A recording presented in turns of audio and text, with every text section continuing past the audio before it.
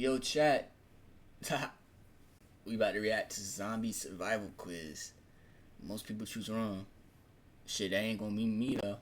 And if y'all follow my steps, we make it out this bitch on some Rambo shit, nigga.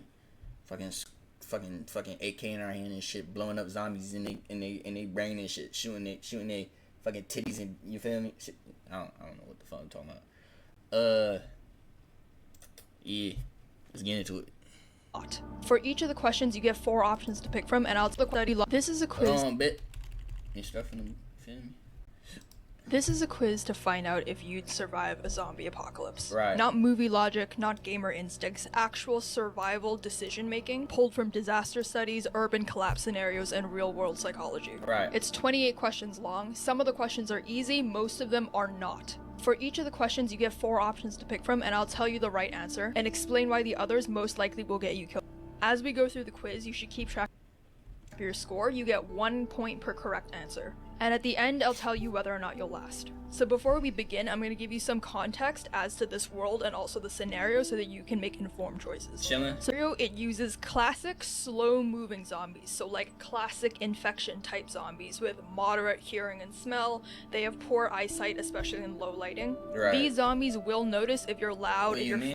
In terms of how to defeat them, the zombies don't feel pain. They don't bleed out. The only tried and tested way to destroy them is by destroying the brain. And they don't stop unless you hit a central nervous system, so when you're picking weapons, that's what you're aiming for. In terms of how the virus spreads, or how people turn, the virus spreads fast. People say it's from bites, maybe blood. It's not airborne as far as we know, but if someone gets it, they turn fast. To give you some context of you live in an urban area with 2 other people, so it's like a medium-sized city, pretty densely populated area with like the infrastructure of what you get in an urban area. So public transport, accessible supermarkets, roads, etc. I hope you took some notes or you remembered those facts because they may or may not be relevant in deciding what you'll do. Nah, so again, I'll set up. I didn't take no notes. I didn't take no notes. I'm confused. Out each question in turn and then the options, and I'll give you a couple of seconds to pick your answer. I'll tell you the right answer after each question and give you an explanation as to why that's the right answer. Feel free, obviously, to pause the video. About to ace this shit. I'm a top dog in the survival shit. Top zombie survivor. No bat. Let's go. On some enough off Walking Dead. Forget his name. Main character though. To take more time if you need it, and most importantly, keep track of how. Set my friend request on Discord. I'll do that. Many answers you get right or wrong for your final score at the end. And without further ado, let's begin. So you've just confirmed it. It's a zombie outbreak. You live in the 2nd floor apartment in a medium-sized city, and it's the first 10 minutes. What do you do? Okay. Option A, leave immediately by car and head towards the countryside. Okay. Option B, grab a backpack and head on foot to the nearest supermarket. Okay. Option C, wait a bit, gather information, and then leave before nightfall. Okay. Or option D, stay put and begin fortifying your home. Alright. Leave immediately by car, head toward countryside. That sounds smart, but like shit, like a bunch of shit can just go down on that car ride to the countryside. So I don't know about A. B is dumb as shit. Yeah, it sound good to get supplies and shit, but like, you know what I mean? Fucking zombies gonna be in that supermarket, nigga. You know what I mean? Infected gonna be in that bitch. So fuck no, fuck out her. Wait a while, gather info, then leave before nightfall. C sound cool. C sound calm. I ain't gonna lie. Stay put. Begin fortifying your home.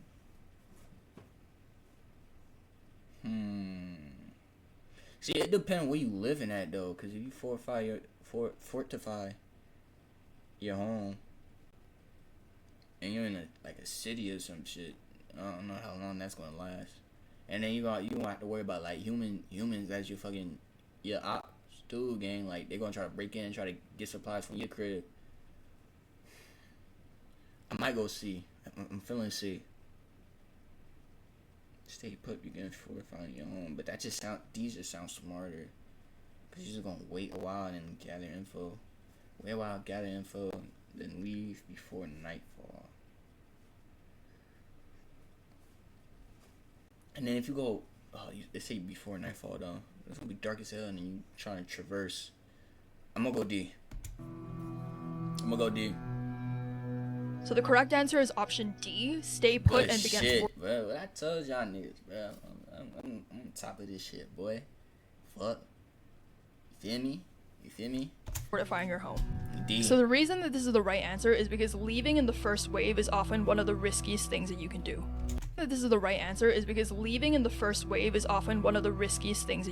You're right. During the first wave of an outbreak, infrastructure breaks down basically instantly. The roads are full of accidents and abandoned cars. Right. Emergency services are overwhelmed. It's gonna be nothing but chaos and shit, bro. And you trying to go through that right now? That's the worst time to do that, man. Or completely gone, and if you're in a vehicle, you're likely gonna get stuck. And if you're on foot, you're probably don't even get me started on the fucking traffic, gang. This shit gonna be OD. It's over, gang. It's over. And it's not like we're in a technology world, gang. Technology era, gang. Niggas gonna be knowing, they gonna film the shit. It's gonna be all on Twitter and all that shit, gang. Everybody gonna know. Everybody gonna start fleeing shit. Be on the highway and shit. It's cooked, gang. That's cooked. To be exposed. Another reason to stay put is because you have more control at home. You know your layout, your entry points, and what you have at home. You're able to block doors, ration supplies, and also reduce noise. Facts. All in all, staying put has fewer variables and more you can control, and there's also just less visibility to the outside world and its threats. Facts. Public spaces during this time are basically chaos zones because supermarkets and gas stations are early hotspots for violence, looting, infection spread. The majority of people that early in disaster events do so because they go out thinking that they can grab more supplies. Another reason to stay is because waiting often gives you more information. In the next 12 to 48 hours, you'll learn what's happening, where to go or avoid, and whether there's an organized response. And so people who leave immediately often walk into blind danger. The only exceptions where leaving might be the right choice is if your building is actually compromised, like if there's an infected person inside and there's no way to secure it, or if you have a clear escape plan with pre-packaged supplies and like a safe destination, or if you live somewhere that's completely indefensible. So for example, there's a glass storefront, or you're on the ground floor, or if there's wide entry points. But other than that, the safest thing to do is to stay and fortify and wait. So you've decided to stay put and ride out the first wave in your apartment. You've locked the doors, you've pulled the curtains, and you've confirmed it's a real outbreak. You decided, actually, she the narrator, let her do her job and shit. What's the smartest next move? Option A, start moving heavy furniture to block entry points. Option B, doors, you've pulled the... So you've decided to stay put and ride out the first wave in your apartment. You've locked the doors, you've pulled the curtains, and you've confirmed it's a real outbreak. What's the smartest next move? Option A, start moving heavy furniture to block entry points. Option B, fill bathtubs, sinks, and pots with clean water. Option C, inventory your kitchen and make a ration plan. Or Option D, turn on the news and call your loved ones for updates. You decided to stay put, ride out the first wave from your apartment. You've locked the door, pulled the curtains, and confirmed it's a real outbreak. What's the smartest next move? Start moving heavy furniture to block entry points. Inventory your kitchen. Make a ration plan. There's no E, all of the above. Because I would do all this shit. I guess which one will you do first? Clean the water. Nigga, you gotta go A first. You gotta make sure nothing's coming in, and then you can worry about the other shit. Right? I'm going A. Let me know what y'all going. I'm going A, bro. I'm going A. The correct answer is option B, fill all possible containers with clean water. So the reason this is the right answer is because in disaster scenarios, especially when infrastructure is unstable, water is often one of the first systems to fail. City water might stop flowing or become contaminated within hours of an outbreak. And since you're at home and you have a bathtub, bathtubs can act as large reservoirs for washing or flushing, and pots, bottles, and kettles are drinking water reserves. Because the power might cut out at any time, this is definitely the most important thing to do, and you should fill any container while the water pressure is still on. So why are the other options not correct? So option A, if you barricade, this is important, but time-sensitive utilities come first. For option C, ration planning, again, this is smart, but no food is a problem in 3 days, while no water is a problem in the first. Nigga like me though is just doing all of them at once. Like, you feel me? Like, it's not gonna take that long, gang. Unless you live in a big ass house and then you gotta block all the entries. I feel like if you live in a big ass house, then you should try to knock that down first. Little house, then it don't really matter. And option D, turning on the news and calling your loved ones. That sounds useful, but communication noise risks attention, and you can also gather that information after securing the basics. Okay, so it's 15 minutes in, containers are full, the pressure is dropping, the power is still on, but it could cut out at any moment. Okay. What's the smartest next move? Option A, inventory food in order of perishability and set ration sizes. Okay. Option B, stand on the balcony to gauge how many people are on the street. Okay. Option C, drag a bookcase against your front door for extra bracing. Or option D, write a visible note on your front door saying, alive inside, uninfected, in case help comes. These just sound delusional. Drag a bookcase against your front door for extra bracing. Inventory food in order for... I mean, the food can wait, right? Stay on it. So C. I feel like C. The food can wait. You're doing all this in a timely manner. I'm gonna C. A. C. C. A. C. C. C. So the correct answer here is option A, inventory and ration food. So the reason that this is important... See, my nigga, you're just not gonna protect the entry points. You're just gonna let... Yeah. Important is because a calorie plan prevents panic eating and also using fridge power while you still have fridge power. Option B is incorrect because this makes you a visible target. Your silhouette against the sky is bait for both infected people and opportunistic survivors, and it's not worth the risk this early. Option C, bracing the door, is not wrong, but it's slightly premature. You're still gonna want flexibility to move between the rooms and also possibly scavenge from your neighbors or adjust sound or light control. And option D, the front door note, this might emotionally feel smart, but ultimately it's a liability. This is because it draws attention to your apartment, and it also gives away the fact that someone is alive inside and likely with resources. It also just increases your risk of being targeted by desperate people, and there's no guarantee who reads note. So you're an hour into the outbreak, the supplies are counted, you share the space with your two flatmates. What's the next priority? Option A, establish a silent alert or knock code for movement inside the flat.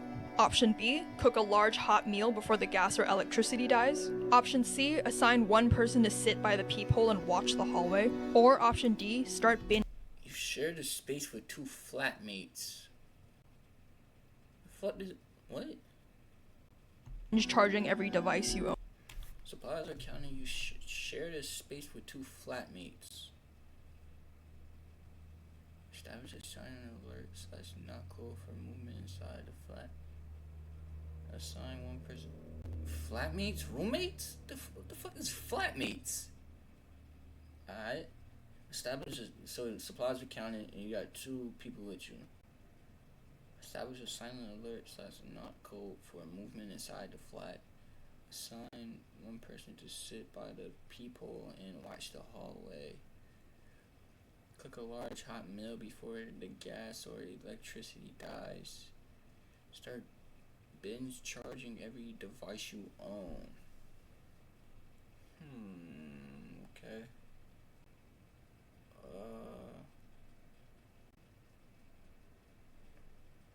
Assign a person to sit by the peephole, watch the hallway. Start binge charging every device you own. Going C or D? Probably D, but C or D for sure. Probably D.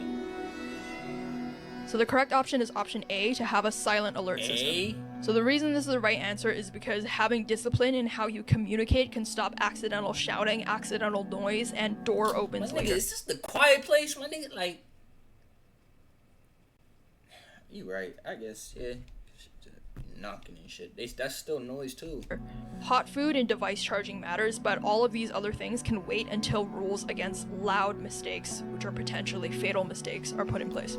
Okay, so you're now 2 hours into the like me just doing this all at we just doing this all at once, bro.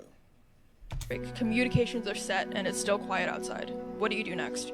Option A, pick one windowless interior room as the fallback or the sleep space. Option B, clear the hallway outside your unit of any loose objects. Option C, start boiling tap water to sterilize it while power remains. Or option D, spread your stored water containers across different rooms in case of a breach.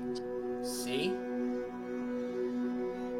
So the correct option here is option A, designate a fallback room. So the reason this is the right answer is because if the outer flat is breached, you need a last line of defense already chosen. Yeah. So this is about prioritizing worst case preparedness before it's too late. By the 2 hour mark, I get what you're talking about, and this is exactly why you right. You right. I'm about to back it. This is exactly why you right. Hold on. This is exactly why you right. This is exactly why you right. Sam. Quiet.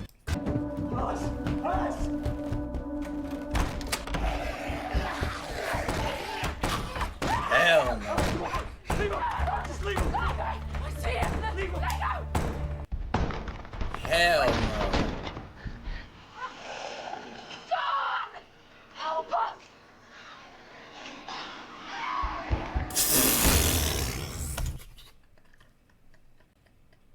Yo, that nigga said, fuck that bitch and them kids, nigga. Fuck that bitch and that jet, boy. I'm gone. That's fucked up, bro. That's fucked. That's fucked, yeah. Got the bitch screaming your name. Hell no. See, that's where they fucked up, because they didn't know where to go. The kid in the closet, hiding in the closet, bitch trying to get the kid. Niggas on the other side, like, niggas didn't know where to go, bro. They didn't go through no plans, bro. That's where they fucked up at, gang. That's exactly where they fucked up. And then look at this nigga. Out of there, out of there, out of there, out of there, out of there. Out of there. Look at this bitch, gang. That's fucked. That's fucked. Oh my god! Bitch got took, gang. Bitch got took, bro. And that's exactly why she right. No bad. I see it. I see it. This is exactly why she right. Shit crazy.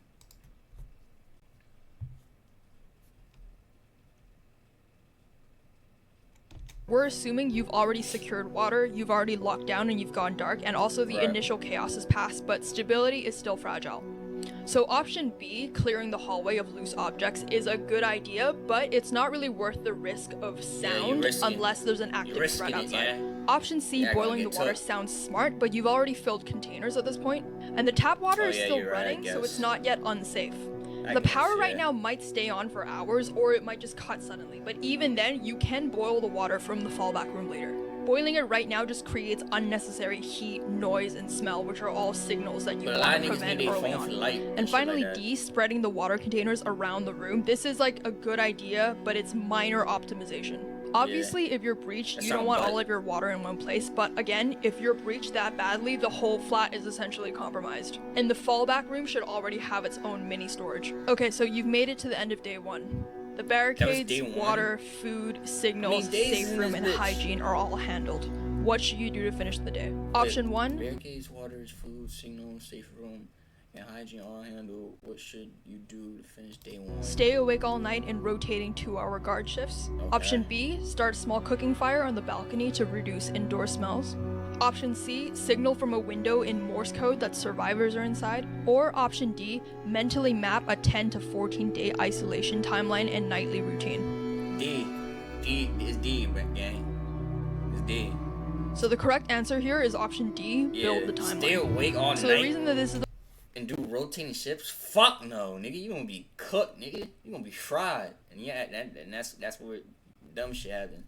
The right answer is because this sets psychological expectations and also ration discipline. Setting fires, making signals, or having exhausting all-night watches just create risk without adding any immediate survival value. So it's now been 48 hours since the beginning of the outbreak. You've not heard any sirens, no screams, no gunfire, just silence. You crack a window and you listen, and movement sounds faint and far away. 48 hours. What do you do now? Option A, slide open the window a few more inches for ventilation because the air inside is stale. Option B, scan the street. It's been 48 hours, no sirens, no screaming, no gunfire, just silence.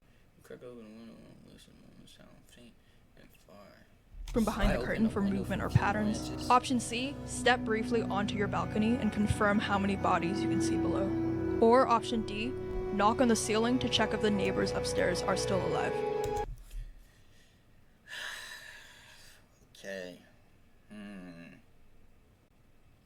Slide open the window for a few more inches for ventilation. The air inside is stale.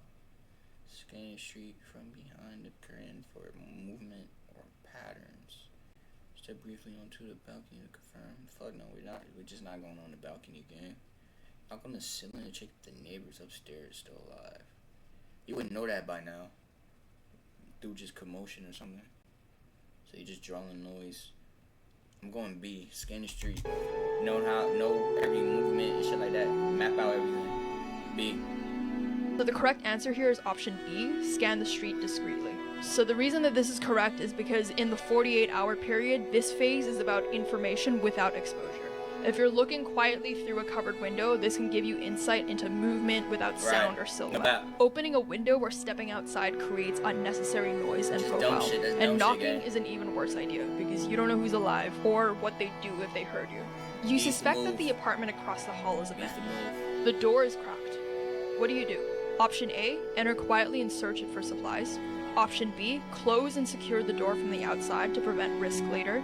Option C, leave it untouched. Or option D, knock once, wait, and then cautiously enter with your knife drawn. Okay. Enter quietly, search it for supplies. Close and secure the door from the outside to prevent risk later. Leave it untouched. I mean, you have supply, but it never hurts to get more supplies. Knock once, wait.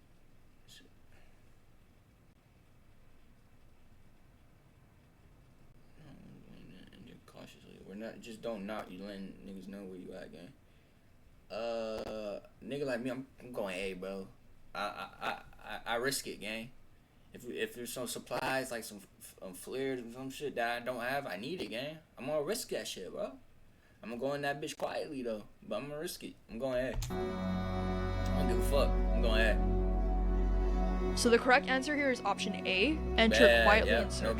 So the reason this is the right answer is because at this point, controlled scavenging is strategic. If a room is clearly empty, it's better that you take its resources before someone clearly more desperate does.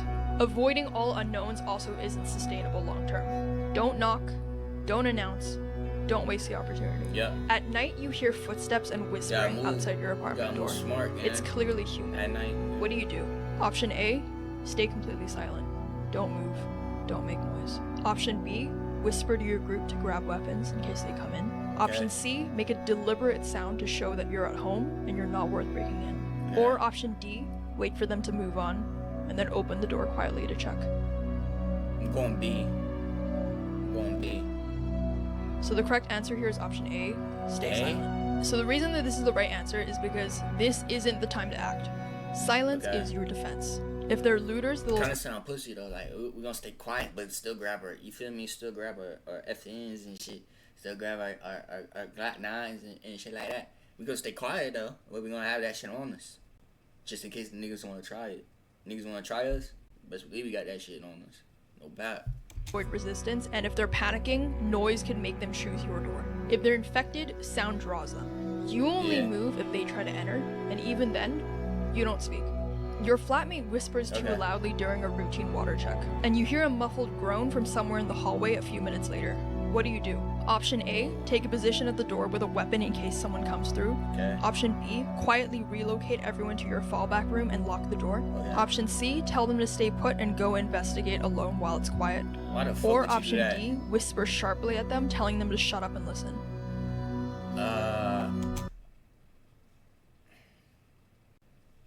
Muffled groan. Should automatically just go in the. I mean, that's smart though. Whisper sharply at them, telling them to shut up and listen. Just to play, I'm going B just to play it safe. B or D? I'm going B, but I can see D too. So the correct answer is option B, relocate to the fallout room. So the reason this is the right answer is because containment is the protocol here. Fallback spaces exist for this reason. Yeah. You don't split up, you don't go hunting, and you don't escalate anything. This is defensive discipline. Move to the stronghold and listen. If nothing happens, then you wait. And if something breaches, you're ready. You overhear a broadcast on a still working You radio. ready, my nigga? Evacuation might be happening 6 miles away at an old stadium, but you don't have any further details and there's also no schedule. What do you do? Option A, immediately pack and leave while the streets are quiet. Option B, wait 24 hours to gather more information or listen for updates. Option C, prepare a bag and scout the route before committing. Or option D, ignore it. So my nigga, you want to tell us there's an evacuation that may be happening? There's no definite, like we don't know. There's no confirmation, and then there's no details, no schedule, and that bitch 6 miles away. Fuck no, fuck out of her, my nigga. I'm not risking that shit. Like I'll risk certain shit. I'm not risking that, gang. That's the unknown, bro. I don't do the unknown, gang. I gotta have some type of certainty.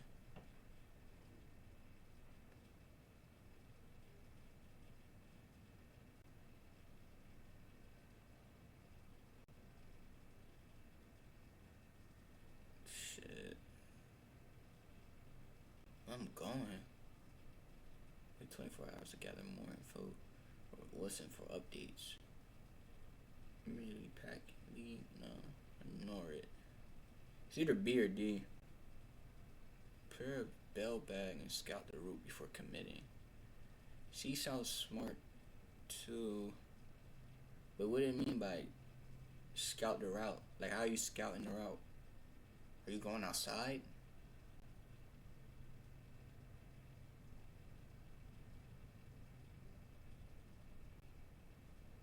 There's no time. There's no time, so you're not on no time crush. So you have to go. I'm going B. But I can see C. I can see B or C or D. I'm going B, C to D. So the correct answer here is option C, which is prepare to move, but don't move just yet. So the reason this is the right answer is because if you leave now, you risk... See, the scout part was throwing me off. What do you mean scout? Like, that scout sound like you going outside and you looking at the route and shit. Walking into chaos or nothing at all. But ignoring it completely is also a gamble. The right call here is controlled contingency. You should prep a bag, watch for signals, smart, and then prep a assess the bag. route. Okay, so you've That's what you gathered your should've had bag, it and as, now you have prep to a choose bag. one weapon to take when fleeing the apartment. Okay. What's the smartest grab? Option A is a long crowbar. Option B, a short machete. Option C is a steel baseball bat. Or Okay. option D, a cordless drill. My nigga, you gotta get close with the cordless drill, my nigga. You just risking it. You just a close combat ass nigga. Fucking melee ass nigga. Well, all these is melee, but you need some type of range. Crowbar could be the most useful because you could break in certain doors and shit, and you could use it as a weapon. Obviously, machete's just doing work, but that's about it. Same thing with a steel street bat or steel baseball bat. I'm going with A. I'm going crowbar. Crowbar just versatile.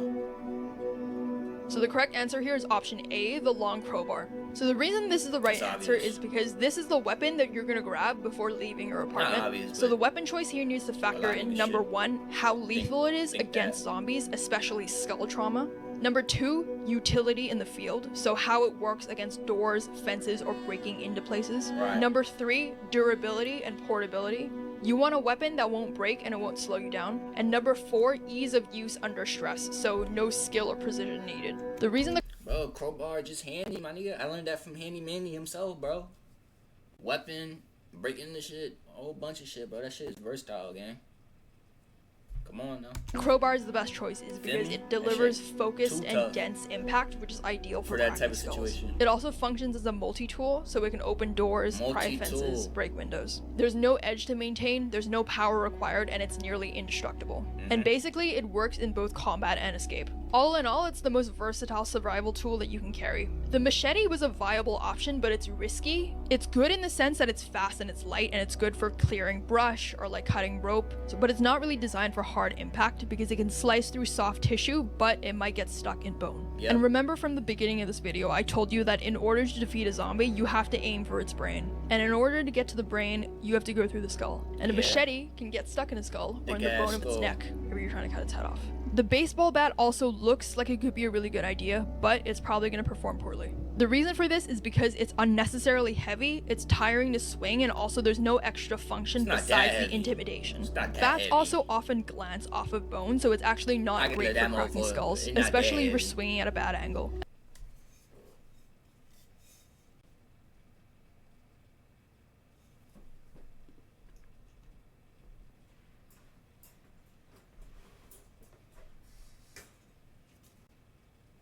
It's not that heavy, feel me? And I'm prepared. Look, feel me? I'm my strike. I'm my strike, chat. Knock a little bitch. Come here, big ass on me. Fuck your ass up, boy. Fuck your ass up, boy. Feel me? I think this is a kid's bat though. But this not that. It's not that heavy. It's not heavy at all. It's definitely a kid's bat. Yeah, I'm not doing nothing with this shit. GG.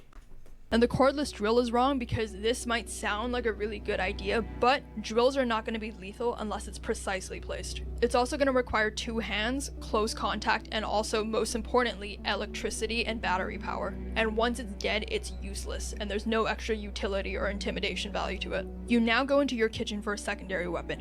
Which of these gives you the best chance of stopping a zombie in close combat? Option A, a chef's knife. Option B, a wooden rolling pin. Option C, a secondary weapon. Which of these gives you the best chance of stopping a zombie in close combat? Option A, a chef's knife. Option B, a wooden rolling pin. Option C, a butcher's cleaver. Or option D, a screwdriver. Okay. Some of you shit's dumb as shit. A wooden rolling pin? That shit can break. You gotta go chef's knife, because it's the lightest, it's long. You just go in and out, right in the eyes and shit. The butcher's knife is heavy, and that shit gonna get stuck, gang. Screwdriver is too short, and like you're not doing shit with that, gang. Yeah, you can stab motherfucker in the eye, but like that shit, I don't know. That shit ain't cutting it, bro. I'm going A, chef's knife.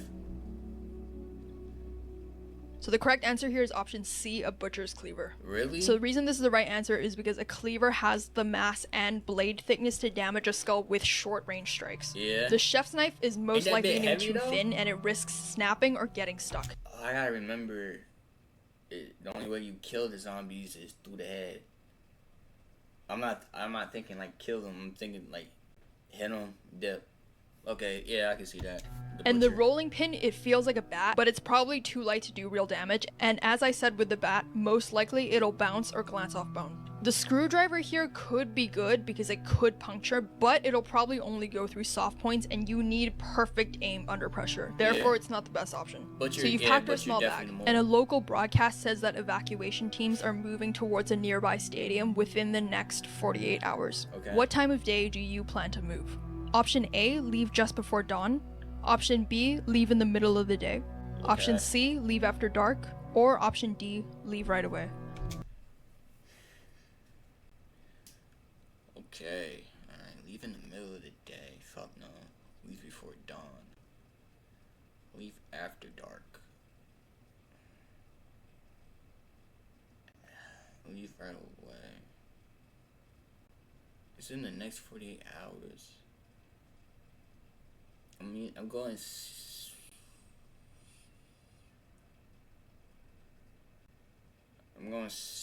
or D. C or D.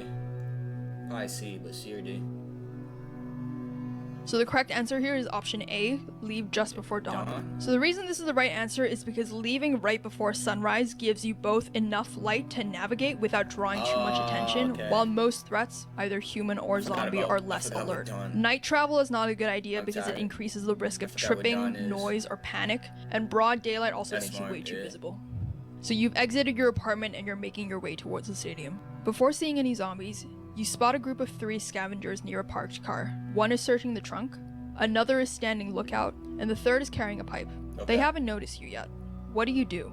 Option A, approach calmly and ask if they've seen safe zones. Fuck no. Option B, stay low and observe from a distance before deciding. Option C, circle wide and avoid contact entirely. Or option D, follow them quietly to see where they're heading. See. I want no problems, gang. Feel me? I'm gonna go my way, you go your way, fuck nigga. I don't want no problems. So the correct answer here is option C, avoid contact entirely. So the reason this is the right answer is because a wide detour keeps your location, your supplies, and your intentions secret. Early survival states that stealth is more important than alliance building. Option A, approaching calmly, is not the right answer because in early outbreaks, strangers are often scared and hyper-reactive. There's also no trust networks established yet, so it's more likely that they'll escalate or become violent or betray you. Option B, watching from a distance, gives you intel, but it burns time and it also risks you being spotted if they sweep their surroundings. Yep. And if they see you first, you lose initiative. Option D, following them, is also not the best answer because stalking unknown people is risky and you could walk into their base or another group. There's no true incentive to doing this early on, and if you're caught, you're seen as a threat or a potential ambusher. So on your route, you end up crossing rooftops using ladders and fire escapes. On the next rooftop, you see a zombie standing on the far ledge. It's facing away and it hasn't noticed you yet. You need to cross that roof to reach the ladder. What do you do? Option A, move slowly across the rooftop, hugging the wall and staying silent.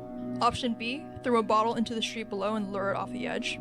Option C, try and sneak up and attack it with your crowbar. Or option D, wait for it to wander off before attempting the crossing. We're trying to dip, bro. We're on a time crunch. Wait and let it wander before it try to sneak up and kill it with the crossbar. Move slowly across the rooftop, hugging the wall, staying silent. It's either A or C.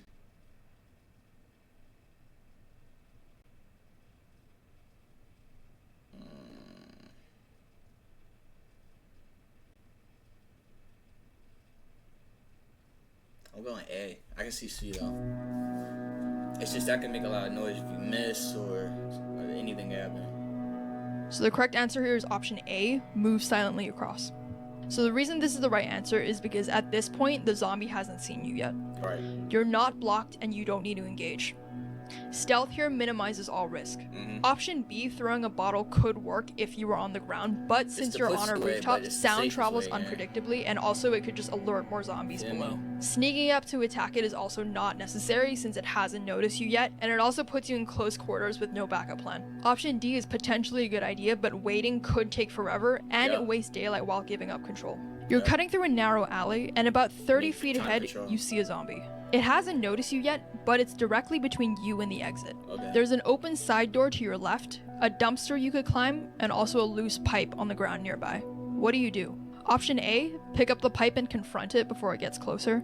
Option B, go into the side door and barricade it behind you to wait for a better moment. Option C, climb the dumpster, toss a small object away, and misdirect the zombie away from the exit. Or option D, dash past the zombie now while there's still distance. The whole point is stealth, and you want to not cause too much shit. You feel me? You gotta just do everything without causing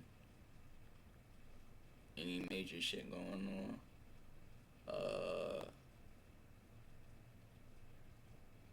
Dash press it now while there's still distance.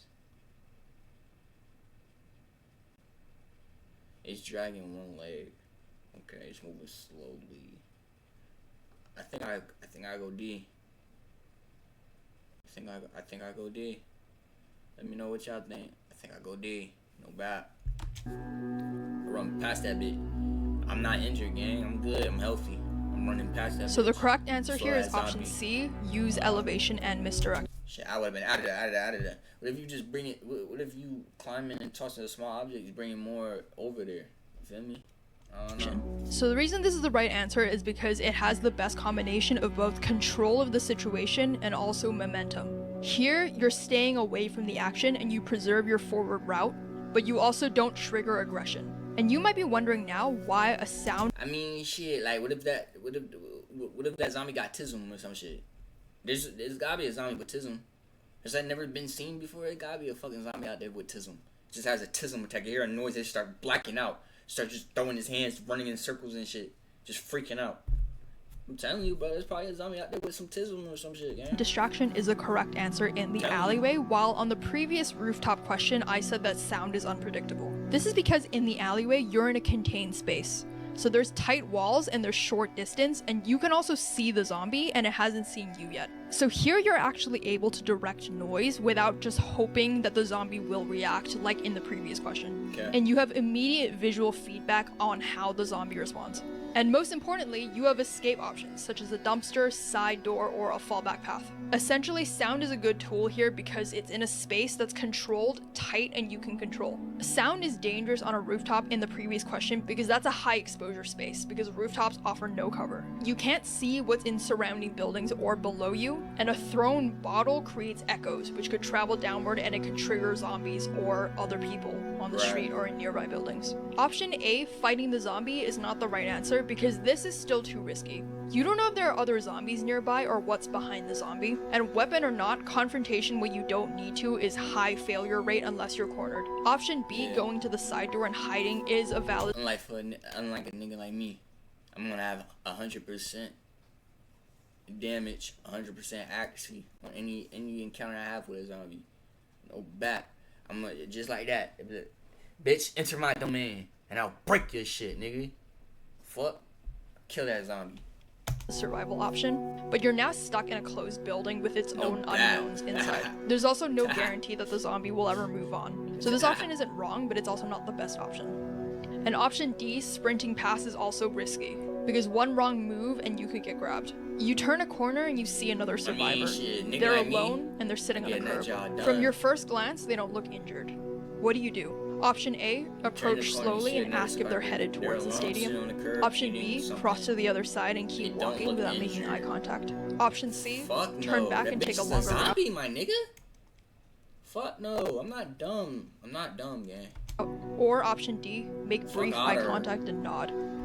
Fuck out of her, gang. I am not dumb, gang. Okay. Well, approach slowly, actually, turn back, take it to the longer route, make a brief eye contact. Cross to the other side and keep walking without making contact. Turn back and take a longer route. Fuck no, we're on a time crunch, gang. I'm gonna B. And then keep moving. C sounds safe. C's the safest though. I'm gonna B though. We're on a time crunch. Fuck out of her, baby. So the correct answer here is option D, brief eye contact and keep moving. So the reason this is the right answer is because you need to acknowledge this person without becoming a variable. Making eye contact shows your confidence and the nod signals peace. Option B nigga, what if it was a zombie? I'm thinking it's a zombie. So it's confirmed a human. Oh shit, then I would do D too. I'm thinking like it could be a zombie. C, ignoring or avoiding them entirely could be read as weakness, and option A of approaching them is risky. You don't know their intentions or what they've lost. Okay. While climbing a fence, you slice your palm open on exposed metal. It's not deep, but it's bleeding. My nigga, you getting tetanus or whatever the shit called. It's over for you, gang. In a zombie apocalypse, nigga would think, my last day is gonna be getting killed by a zombie. No, fuck no, nigga. Your lame ass died from tetanus. Lame ass nigga. What do? Option A, cover it quickly with whatever cloth you have. Option B, wash and disinfect it before sealing it up. Option C, ignore it because it's too small to matter. Or option D, wrap it in plastic to keep the blood from dripping. Ignore it. I think you cover it up quickly with cloth and you keep going, bro. Hey. So the correct answer here is option B, clean and disinfect it. So Really? the reason that this is the right answer is because any open wound is potentially an infection point, especially if you're touching surfaces or dead bodies. Yeah. Every small cut matters in an unsanitary environment. And here you're protecting yourself from both regular and zombie-related infections. You're right. You find gasoline and a lighter in an abandoned garage. just thinking that would Do take you time. rig a Thinking on the time Molotov crunch. cocktail for zombie defense? Option A, yes, because it's an explosive distraction and it destroys the zombie on contact. Option B, yes, but only as a last resort. Option C, no, because fire spreads unpredictably and it draws attention. Okay. Or option D, no, it's better saved for sterilizing tools. I'm gonna be C. Lost audio foot. The correct answer is C, as fire spreads unpredictably. But what if you need that bitch for last resort? Like you about to die or some shit. That's why I would do that one. I would do B for that one. Fire is rarely instantly kills zombies. Okay, never mind. Shit, fuck. Hell, I'm talking about then. She got a different type of zombies. I see zombies that die in fire. Option D is the gas is very safe. Sound like true is true, but it's the best answer in this scenario. It's not the best answer in this scenario.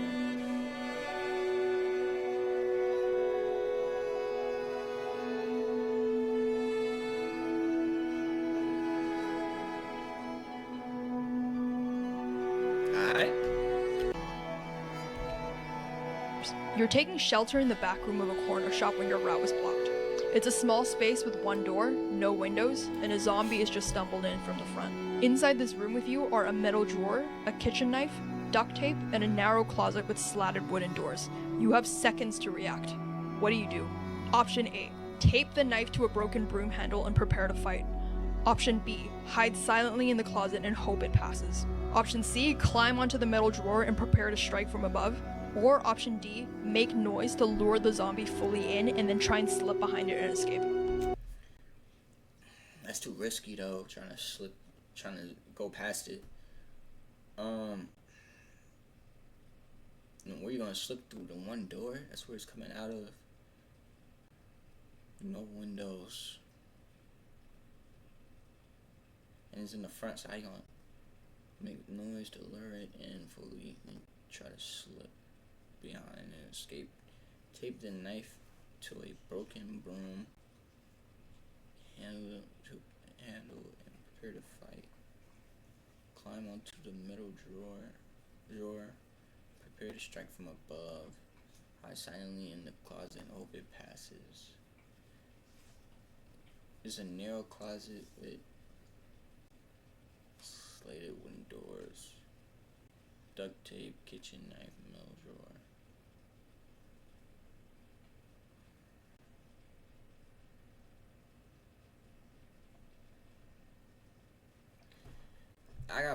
Nigga like me, I got precision, so I would do C, but I think I'm gonna go B because that's obviously the safer one.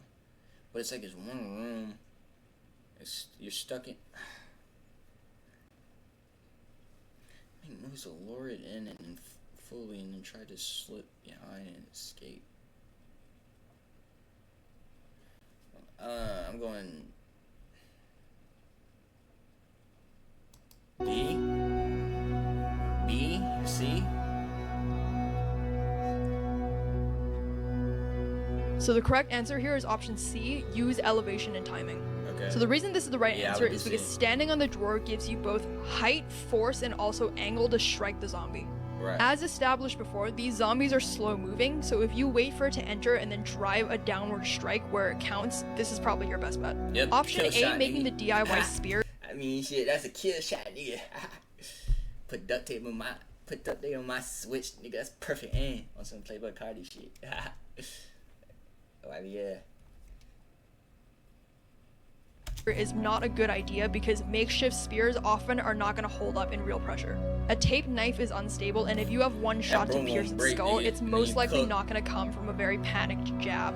Option B, hiding in the closet, is normally a good idea, but again, this closet has slatted doors and the room is too small. If the zombie even hears a breath or brushes against the door, you're trapped inside with no escape. And option D, luring the zombie in and slipping past, could work in a bigger space, but not here. As mentioned, it's a small room, and you can't circle one in a small room, and you have no idea what's waiting outside. So you've just successfully fought the zombie off at close range. You're unbitten, but it's blood splattered on your mouth and your hands. Ew, nigga. What do you do first? Option A, wipe yourself down with a towel or cloth. Option B, rinse with soap and water immediately. B. Option C, disinfect your skin with hand sanitizer. Or option D, wait and see if symptoms appear. B. Nigga, if you wait for symptoms to appear, nigga, if you My nigga, if you wait to see if symptoms appear, you brain dead, nigga. You was retarded. My nigga, you was retarded, nigga. You missing a chromosome. You was retarded, man. Why would you do that to yourself? You wanna die, my nigga. You wanna die. Fuck. Wait until symptoms appear. So the correct answer here is option B, rinse with soap and water. Yeah. The reason this is the right smart, answer bro. is because if the virus spreads through blood, then you have to treat it like a biohazard. Soap and water removes infectious so we don't know material how it better than spreads? alcohol. And sanitizer can't neutralize any contamination in the eyes or the mouth. Speed matters here, so waiting to see if symptoms appear is also a terrible idea. Dumb idea. So by this point, all of your Retarded clean idea. water is gone. You find a puddle of murky water next to a corpse that's clearly been mauled by zombies. What do? Option A, boil the water because heat kills everything. Option B, filter the water with cloth and then boil it. Option C, avoid it unless you have proper filtration. Or option D, dilute it with cleaner water and hope it's safe. Murky. Wait. Mauled by zombies. Fuck, I'm just gonna say. So the correct answer here is option C, Yeah, avoid it fuck without no. proper filtration. I don't trust that. So the bitch. reason this is the right answer is because while boiling is effective against bacteria, it's not effective against all viral agents or chemical fuck no, contaminants. legit. And you don't know enough about zombie blood to know if it contains persistent infection particles. Option Right. B, filtering with the cloth and then boiling is also a bad idea because filtering only removes debris but not pathogens. You're inside a store with broken glass on the floor. A group of 4 zombies wanders in from a side entrance. They haven't noticed you yet, and you're crouched behind the checkout counter. Okay. What do? Option A, crawl quietly against the back wall to the emergency exit. Option B, stay completely still until they pass, even if it takes hours. Okay. Option C, throw a metal object to the far corner and sneak out the front. Okay. Or option D, try and separate one from the group and take it down. That's just, you're gonna be there all day, gang. You're inside a store with broken glass on the floor. A group of 4 zombies wanders in from the side entrance. They haven't noticed you yet. You crouch behind a checkout counter. Crawl quietly along the back wall to the emergency exit. Stay completely still until they pass. Fuck no. Throw a metal object to the far corner and sneak out the front. Where's the glass at?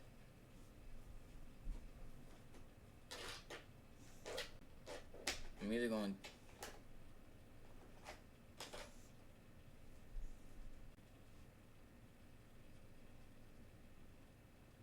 I'm either going C or A.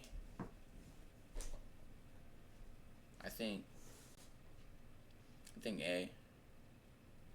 The back wall. It shouldn't be no glass by the back wall. I think I'm going A. So the correct answer here is option C, use noise tactically. Okay. The reason this is the right answer is because zombies react to sound, and you don't want them investigating your section of the store. Throwing an object quietly obviously creates false noise distraction, and it also gives you a chance to exit. Option Right. B, waiting, was a valid answer, but it's a gamble on your time. And option A I is a just bad don't know where the idea glass because at. if you can remember from the scenario, there's glass on the floor, and crawling on glass is just risk. Option D, engaging one, is okay, dumb. so You it's should just probably know that everywhere. by now. You should always avoid confrontation if possible, and remember there's a group of zombies. Other ones will hear. So you continue making your think way it's to the just glass in stadium. the You're front almost there. of the entrance. When you're 2 blocks away from your destination, you realize that someone is quietly following you at a distance. They haven't called out yet. What do? Option A, call them out and ask them to identify themselves. Option B, pick up your pace, make several turns to test if they're tracking you. Option C, stop abruptly and wait for them to catch up so you can confront them. Or option D, turn around and start walking towards them to intimidate them. B. So the correct answer is option B, change your pace and test if they're following you. The reason this is the right answer is because if someone's following you silently, you should never confront them directly. Right. Change your pace and take sharp turns, and if Well, they well, match bold you, motherfucker it's if you deliberate. do, though. Once you establish they are in fact following you, then you can break Bold the as line shit. of sight and change direction. Talking to them or walking towards them gives them control, and you need options here that minimize risk. So you've just changed pace and you've made several sharp turns, and they match every move. So now you know they're deliberately following you. You're still 2 blocks away from your destination. What do? Option A, duck into a building, break the line of sight, and then exit via a back route. Option B, run the final 2 blocks to lose them and reach the evacuation point as fast as you can. Option C, hide in a shadowed spot and ambush them when they pass. Or option D, shout at them that you know they're following and threaten them to back off. So the right answer here is option A, break the line of sight and exit from another route. Okay. So the reason this is the right answer is because breaking the line of sight is power. Nigga like me, I want Once smoke. this person can't see you, you regain tactical control of the situation. Entering a building also gives you many alternate exits, angles, and barriers. Nigga. And most people that are following you don't expect sudden lateral movement. Most likely, they're watching you for forward momentum. And if you break the line of sight, you now have options to either double back, wait it out, or have a more controlled confrontation on your own terms. Option B, running to the evacuation point, is a bad idea because it shows desperation, and more importantly, you're going to lead them to your only safe haven and potentially compromise it. Right. Option C, ambushing them, is also a bad idea because even if you win, you risk injury or noise. And you don't know anything about this person, so it's very unlikely that you're going to control the fight. Option D, threatening them out loud, is also a bad idea because this switch going to control the fight. Enter my domain, bitch. That shit going to go fa, nigga. Fuck, that's gonna control the outcome of the battle. His aggressive posturing only works if you have leverage in the situation. Otherwise, you're escalating a situation where that person might feel cornered or it provokes violence. So you've successfully evaded this person and you're now 1 block away from the evacuation zone. A lone zombie is blocking the gate entrance. It's slow, but it's fully alert and squarely in your path. Okay. You have a crowbar, a flashlight, a water bottle, and a cracked riot shield that you found earlier. What do? Option A, use the riot shield to push it aside and run past. Option B, blind the zombie with a flashlight and strike it over the head with a crowbar. Option C, wait for another person to draw its attention and then move. Or option D, throw your water bottle to the far side of the street and then rush through. D, I think. So the correct answer here is option A, push through with the shield. So the reason this is the right answer is because bypassing is always smarter if you have the option. And here, disabling the zombie is not necessary. A riot shield gives you both force and direction. Option B, fighting the zombie, again, risks too much noise and injury, and you're this close to the destination. Combat is unnecessary here if you have the option to redirect and move on. For your best chance of survival, you should always avoid fights unless they're absolutely required. Option C, waiting it out, and option D, throwing the bottle, are not good because the zombie's already seen you, so it's unlikely that waiting it out or distracting you throwing the bottle.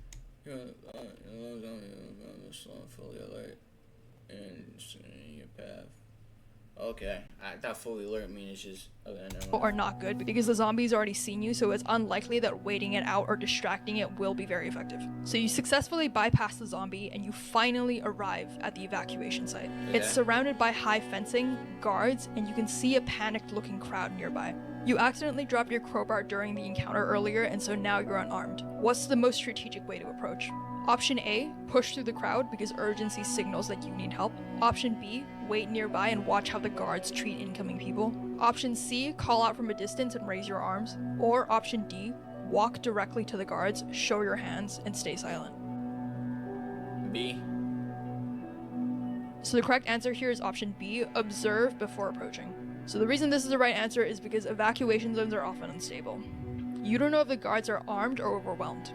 Option A, pushing in, could get you mistaken for a threat, and option C draws attention to you, again without you having further context. Option D, walking up silently, can also be seen as evasive or again potentially confrontational. The safest thing to do is still to watch protocol and then mimic it calmly.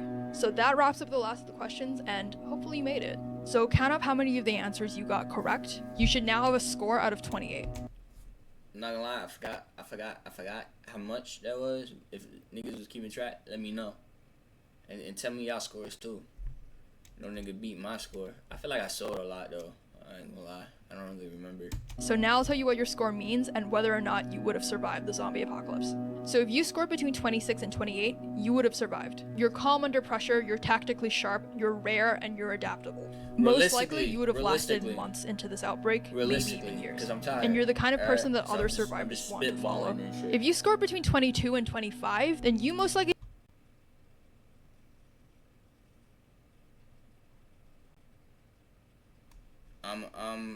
I'm 26, 28, 22, 25, realistically. You feel me? I was just tired and shit, so I'm just spitballing and shit. And I forgot some of the rules and shit. No bad. You survived the initial outbreak and you navigated long-term danger pretty well. I was trolling. You made some mistakes here and there, but luckily it was nothing fatal. With a good group, you're likely to survive. If you scored between 17 and 21, you'd likely scrape through the first wave, but stumble very often. You probably wasted unnecessary energy and you took unnecessary shortcuts. Survival for you is possible, but you'd need luck and good alliances. Luck. If you Niggas score like me between don't 12 need and luck. 16, your chances are unlikely. You're likely a liability to your group, you burn through supplies. Nigga, if you was 0 from, if you was 0 for 11, my nigga, oh my, that's just natural selection at that point, gang. What did I tell you? You draw That's just noise and natural you probably selection. also injure yourself. Unfortunately for you, surviving That's past the just first nature few taking weeks its is course. unlikely. And finally, if you got 0 to 11, then you're a casualty on day 1. You probably wouldn't make it Imagine through 24 hours, being a maybe not casualty even the day first 1. hour. Most likely, you'll be one of the first bitten and also outta here. first remembered in the what not to do in survival briefings. Thank you for watching this video. I hope you enjoyed it. I know this is a bit of a different video from you, so comment below if you liked these. If you'd like to check out some of my other videos, then you can I just subscribe get or from you the can check phone out some love of these with playlists, you. or check out this video that Certified YouTube thinks you should watch bangers. next. Forest survival. Good shit. Good vid. That was a good vid. I like that. I like that vid. Good vid. I like that.